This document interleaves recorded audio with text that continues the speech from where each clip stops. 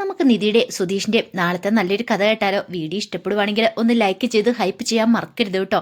അങ്ങനെ നമ്മൾ കാണുന്ന ഒടുവിൽ സുഭാഷും ഹരീഷും എല്ലാവരും ധർമ്മസങ്കടത്തിലായി. കാരണം നിധി ഡിവോഴ്സിനായിട്ട് പോവുക.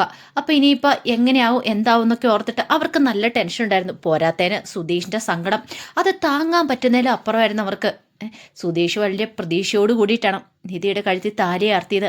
പക്ഷേ എല്ലാം ഒരു നിമിഷം കൊണ്ട് തകർന്നു പോകുന്ന പോലുള്ളൊരു പെരുമാറ്റമാണ് നിധിയുടെ ഭാഗത്തുനിന്നുണ്ടായത്. ഡിവോഴ്സിന് കേസ് കൊടുത്തു. പിന്നെ അത് പോരാഞ്ഞിട്ട് നാളെ ഇനിയിപ്പോൾ കോടതിയിലേക്ക് വിളിപ്പിച്ചിരിക്കുകയാണ്. അന്നത്തെ രാത്രിയിലാണെങ്കിൽ സുധീഷിന് ഉറക്കം ഉണ്ടായിരുന്നില്ല. സുധീഷിനെ സമാധാനിപ്പിച്ചു. സുഭാഷ് ഹരീഷും ഒക്കെ വിഷമിക്കൊന്നും വേണ്ട, ഒരു കാര്യം ചെയ്യാം, ഞങ്ങൾ നിധിയോടൊന്ന് സംസാരിച്ച് നോക്കാമെന്ന് സുഭാഷ് പറഞ്ഞു. സുധീഷ് പറഞ്ഞു അതുകൊണ്ട് വല്ല പ്രയോജനം ഉണ്ടെന്നൊന്നും എനിക്ക് തോന്നുന്നില്ല. നിധി ഒരു തീരുമാനം എടുത്തു കഴിഞ്ഞു. ഇനിയിപ്പം എന്തൊക്കെ ആരൊക്കെ പറഞ്ഞാലും അവൾക്കൊരു മാറ്റമൊന്നും ഉണ്ടാകാൻ പോകുന്നില്ലെന്ന് പറഞ്ഞു. അത് കേട്ട് കഴിഞ്ഞപ്പം നികേഷ് പറഞ്ഞു, അതെ ഞങ്ങളൊന്ന് സംസാരിക്കട്ടെ. സുധീഷയാണ് ഇങ്ങനെ എടുത്തു ചാടി ഒരു തീരുമാനമൊന്നും പറയരുത്, ഒന്ന് സമാധാനപ്പെടാൻ പറഞ്ഞു. അങ്ങനെ പിറ്റേ ദിവസം രാവിലെ തന്നെ നിധി റെഡിയായി. കുറച്ച് കഴിഞ്ഞപ്പോഴത്തേനും നികേഷ് അങ്ങോട്ട് വന്നു. നികേഷ് വന്നിട്ട് ചോദിച്ചു, അല്ല നിധി അടുത്ത് ഇന്ന് ഓഫീസിൽ പോകുന്നില്ലേന്ന് ചോദിച്ചു. ഒന്നും അറിയത്തില്ലാത്ത മട്ടിലാണ് ചോദിക്കുന്നത്. അപ്പോഴേക്കും നിധി പറഞ്ഞു, ഇല്ല ഇന്ന് എനിക്ക് കോടതിയിൽ പോകണം എന്ന് പറഞ്ഞു. കോടതിയിലോന്ന് ചോദിച്ചു. അതെ, ഇന്ന് ഡിവോഴ്സ് കേസിന് വേണ്ടിയിട്ട് വിളിപ്പിച്ചിട്ടുണ്ട് വക്കീൽ, അപ്പം ചെല്ലാൻ വേണ്ടി പറഞ്ഞിട്ടുണ്ടെന്ന് പറഞ്ഞു. ഇത് കേട്ട് കഴിഞ്ഞപ്പം സുഭാഷ് അങ്ങോട്ട് വന്നു. സുഭാഷ് വന്നിട്ട് പറഞ്ഞു, മോളെ എനിക്ക് ചില കാര്യങ്ങളൊക്കെ സംസാരിക്കാനുണ്ട്, ഒന്നും കൂടി ഒന്ന് ആലോചിച്ചിട്ട് പോരെ, ഒരാലോചിച്ചൊരു തീരുമാനം എടുത്താൽ പോരെ, എടുത്തു ചാടി ഇങ്ങനെ ഒരു തീരുമാനം എടുക്കേണ്ട കാര്യമുണ്ടോ? അതെന്താ സുഭാഷ് ഏട്ടാ അങ്ങനെ പറഞ്ഞേ? അല്ല നിങ്ങൾ രണ്ടുപേരും കൂടെ ഒരുമിച്ച് ജീവിക്കുന്ന കാണാനായിട്ടാ ഞങ്ങളൊക്കെ ആഗ്രഹിക്കുന്നേ.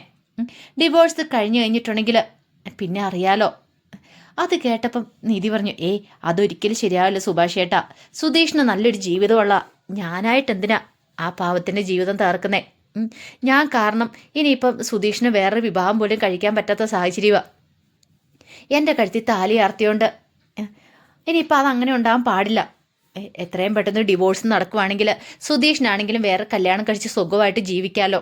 പിന്നെ എനിക്ക് എൻ്റെ വഴി നോക്കി പോവുകയും ചെയ്യാം. വെറുതെ എന്തിനാ രണ്ടുപേരും തമ്മിൽ ഇങ്ങനെ. അത് കേട്ടപ്പോൾ സുഭാഷ് പറഞ്ഞു, ഇതൊക്കെ കുറച്ച് കഴിയുമ്പോൾ ശരിയാവും, നിങ്ങളൊരു ജീവിതം തുടങ്ങി കഴിയുമ്പോൾ. അങ്ങനെയൊന്നും ശരിയാകത്തില്ല സുഭാഷ് ഏട്ടാ. സുഭാഷ് ഏട്ടൻ അറിയാലോ ഞങ്ങൾ ഏത് സാഹചര്യത്തെ വിവാഹം കഴിച്ചതെന്ന്. സുധീഷ് എൻ്റെ കഴുത്തിൽ താലി ആർത്തിയത് എന്നെ സ്നേഹിച്ചിട്ടൊന്നുമല്ല, അപ്രതീക്ഷിതമായിട്ടൊരു മുഹൂർത്തത്തിൽ താലി ആർത്തിയതാ. ആ താലിച്ചരടിൻ്റെ പേരിൽ സുധീഷിനെ ഇനിയും ഞാൻ ഇങ്ങനെ ഇട്ട് വിഷമിപ്പിക്കുന്നത് ശരിയല്ല എന്ന് പറഞ്ഞു. സുഭാഷിന് പറയണമെന്നുണ്ട്, അങ്ങനെയല്ല അതിൻ്റെ സത്യാവസ്ഥ. പക്ഷെ അത് പറയാനായിട്ട് സുഭാഷ് മടിച്ചു.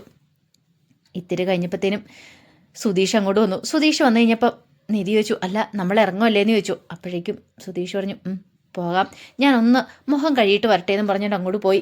സുധീഷിന് നല്ല സങ്കടമുണ്ടെന്ന് ആ മുഖത്തുനിന്ന് തന്നെ സുഭാഷിനും ഹരീഷിനും ഒക്കെ മനസ്സിലായി. ഇത്തിരി കഴിഞ്ഞപ്പോഴത്തേനും അവർ കോടതിയിലേക്കായിട്ട് അങ്ങോട്ട് ഇറങ്ങി.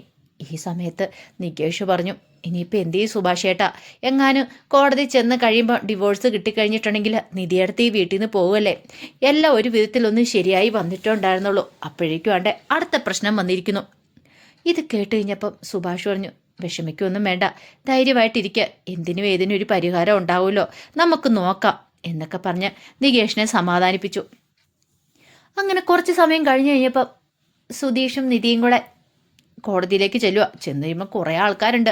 കുടുംബ കോടതിയല്ലേ, അപ്പോൾ ഇതിന് വേണ്ടിയിട്ട് വന്നവർ, കുറേ കാലങ്ങളായി കേസ് നടത്തുന്നവർ എല്ലാവരെയും കൂടെ കണ്ടു കഴിഞ്ഞപ്പോൾ നിധിക്ക് ആകെപ്പാടെ ഒരു ടെൻഷനായി. കാരണം ആദ്യമായിട്ടാണ് കോടതിയിലേക്കൊക്കെ വരുന്നത്. അങ്ങനെ അവിടെ വന്നിട്ട് നിധി വക്കീലിനെ വിളിച്ചു. അപ്പോഴേക്കും വക്കീൽ അവരുടെ അടുത്തേക്ക് വന്നു. എന്നിട്ട് 1-2 പേപ്പറൊക്കെ സൈൻ ചെയ്ത് മേടിക്കുകയാണ്. ഈ സമയത്ത് നിധി പറഞ്ഞു, അതെ ഞങ്ങളുടെ കേസ് ഇപ്പം തന്നെ വിളിക്കുമല്ലോ അല്ലേ? അതെ, കുറച്ച് കേസുകളുണ്ട്, നിങ്ങളുടെ ഒഴിവ് എത്തിക്കഴിയുമ്പോൾ നിങ്ങളെ വിളിക്കും. പിന്നെ അറിയാലോ കോടതിയിലെ ജഡ്ജി ചോദിച്ചു കഴിയുമ്പോൾ എന്താ പറയേണ്ടതെന്നുള്ള നിധിക്ക് നല്ല ടെൻഷൻ ഉണ്ടായിരുന്നു. നിധി പറഞ്ഞു, അത് പിന്നെ അതെ സ്ട്രോങ് ആയിട്ട് പറയാനുള്ള കാര്യങ്ങളൊക്കെ കോടതി പറഞ്ഞോണം, പിന്നെ പറഞ്ഞിട്ട് കാര്യമില്ല എന്ന് പറഞ്ഞു. ശരിയെന്ന് പറഞ്ഞു. അങ്ങനെ അവരുടെ ഊഴത്തിന് വേണ്ടി കാത്തു നിൽക്കുകയാണ്.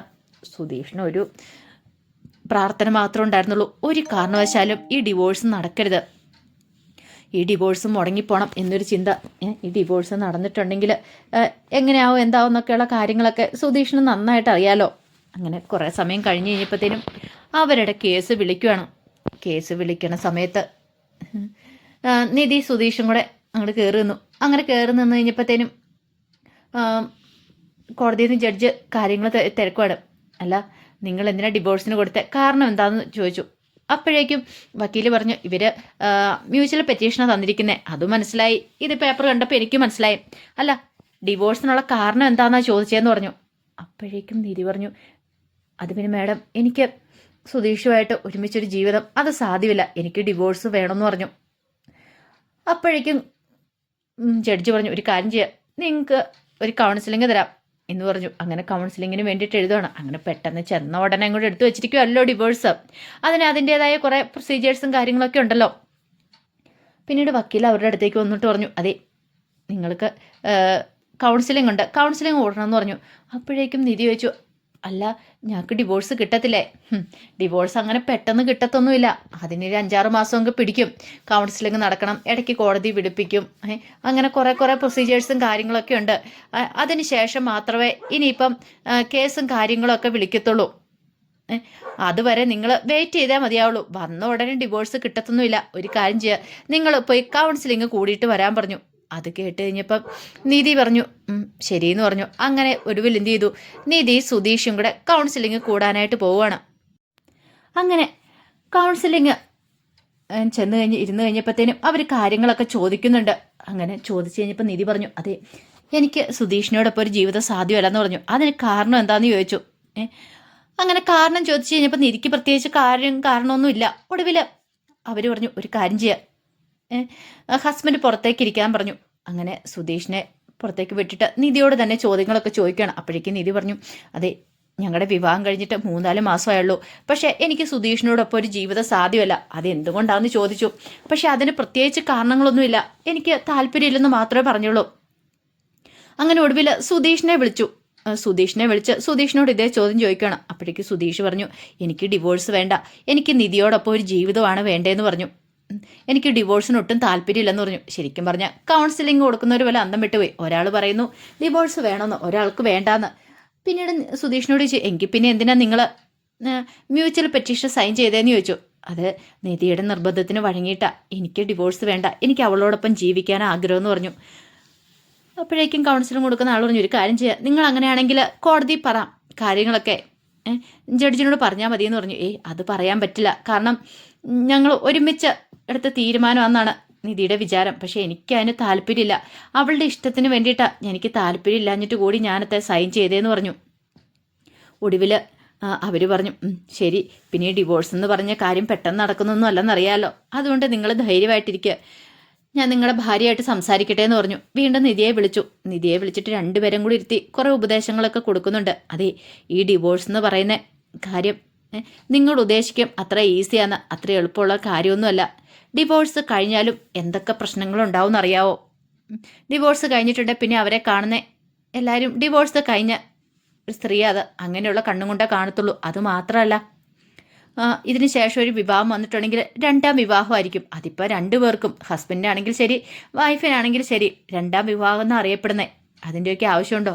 നിങ്ങൾക്ക് ഒത്തുപോകാൻ പറ്റുമെങ്കിൽ ഒത്തുപോകുന്നതല്ലേ നല്ലത്. കല്യാണം കഴിഞ്ഞിട്ട് ഈ 3-4 മാസമല്ലേ ആയിട്ടുള്ളൂ, 3-4 വർഷം പോലും ആയല്ലോ. നിങ്ങൾ ആലോചിച്ചൊരു തീരുമാനം എടുക്കാനൊക്കെ പറഞ്ഞുകൊണ്ട് കുറേ ഉപദേശങ്ങളൊക്കെ കൊടുക്കുന്നുണ്ട്. അപ്പോഴേക്കും നിധി പറഞ്ഞു ഇല്ല മാഡം, ഞങ്ങൾക്ക് അങ്ങനെ ഒത്തുപോകാനായിട്ട് പറ്റില്ല, അതുകൊണ്ടാണ് ഞങ്ങൾ ഇങ്ങനെ ഒരു തീരുമാനം എടുത്തിരിക്കുന്നു പറഞ്ഞു.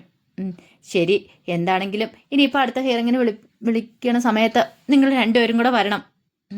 പിന്നെ പെട്ടെന്നൊന്നും ഡിവോഴ്സ് കിട്ടത്തില്ലെന്ന് അറിയാലോ, 2-3 വട്ടം ചിലപ്പോൾ നിങ്ങൾക്ക് കൗൺസിലിംഗ് കാര്യങ്ങളൊക്കെ ഉണ്ടാവും. അതിനുശേഷം കോടതിയാണെങ്കിലും ഒരു തീരുമാനം എടുക്കത്തുള്ളൂ എന്ന് പറഞ്ഞു. 2 പേരും വരണമെന്ന് പറഞ്ഞു.